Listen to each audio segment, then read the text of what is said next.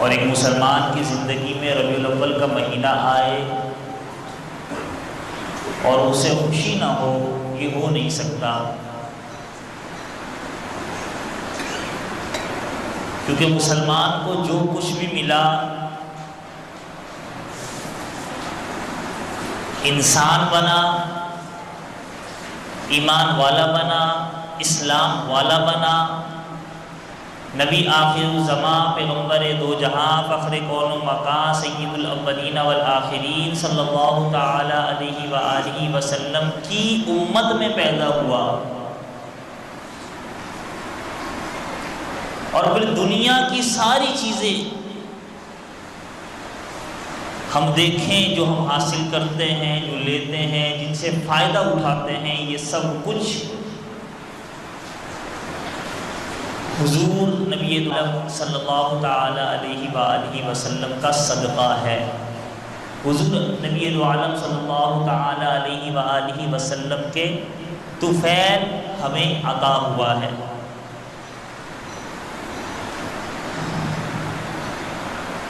انہی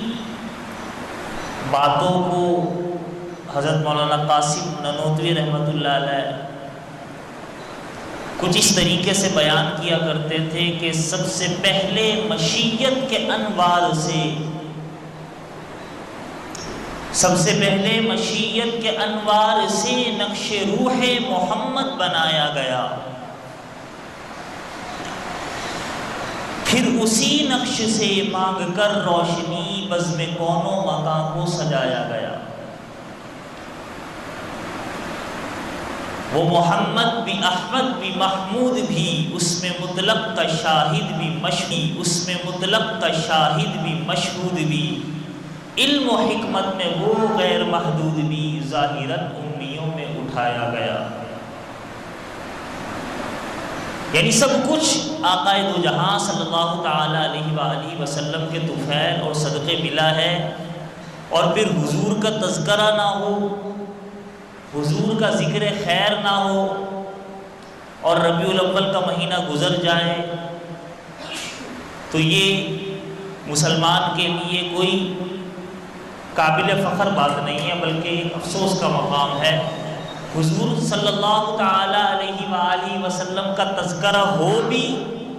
اور حضور علیہ الصلوۃ والسلام کی زندگی اور سیرت کو اپنانے کا عزم بھی ہو، پھر ربیع الاول کا مہینہ مسلمان کی زندگی میں ربیع الاول بن کر آئے گا۔